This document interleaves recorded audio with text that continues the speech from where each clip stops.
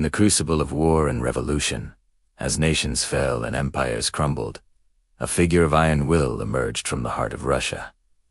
His name was Georgy Zhukov. He would rise from the ashes of history to become the embodiment of Soviet resolve. Born in 1896 to a poor peasant family, Zhukov's early life was one of relentless hardship. Yet, through sheer determination, he climbed from a humble leather worker's apprentice to a soldier in the Tsar's army, and soon, his natural talent for leadership began to surface. He wasn't just joining the ranks, he was destined to command them. The chaos of the Russian Civil War became his training ground. He honed his skills, rising through the ranks with an unshakable discipline. By the late 1930s, his tactical genius was undeniable. At the Battle of Kulkangal, he unleashed a brilliant, decisive strategy that crushed the invading Japanese forces, announcing his arrival on the world stage as a master of modern warfare. When Hitler's army stormed into the Soviet Union in bringing the world to its knees, one man was summoned to save the capital. As the German war machine stood at the gates of Moscow,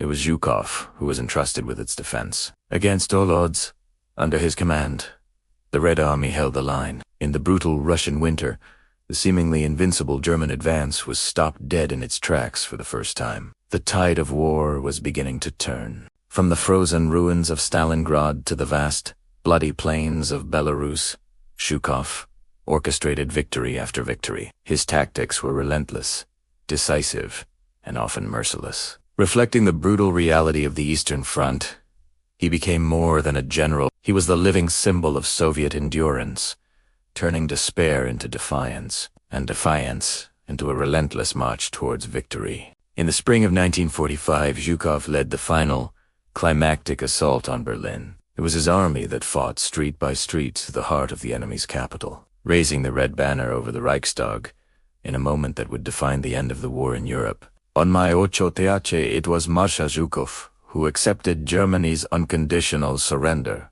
cementing his place in history. He was hailed as the hero of the Soviet Union, the man who had brought Hitler's regime to its knees. But in the corridors of power, his immense popularity was seen as a threat. The very leader he had served, Stalin, grew wary of his fame. The celebrated marshal was soon cast aside, exiled from the political stage, and pushed into obscurity. Years later, after Stalin's death, he made a brief return as Minister of Defense, a testament to his enduring reputation. But the political games proved treacherous, and he was once again pushed away. In the end, the Iron Marshal chose a life of quiet reflection. He spent his final years writing his memoirs, a silent titan remembering the storms he had weathered. Georgy Zhukov died in 1974, but his legend remains unbroken.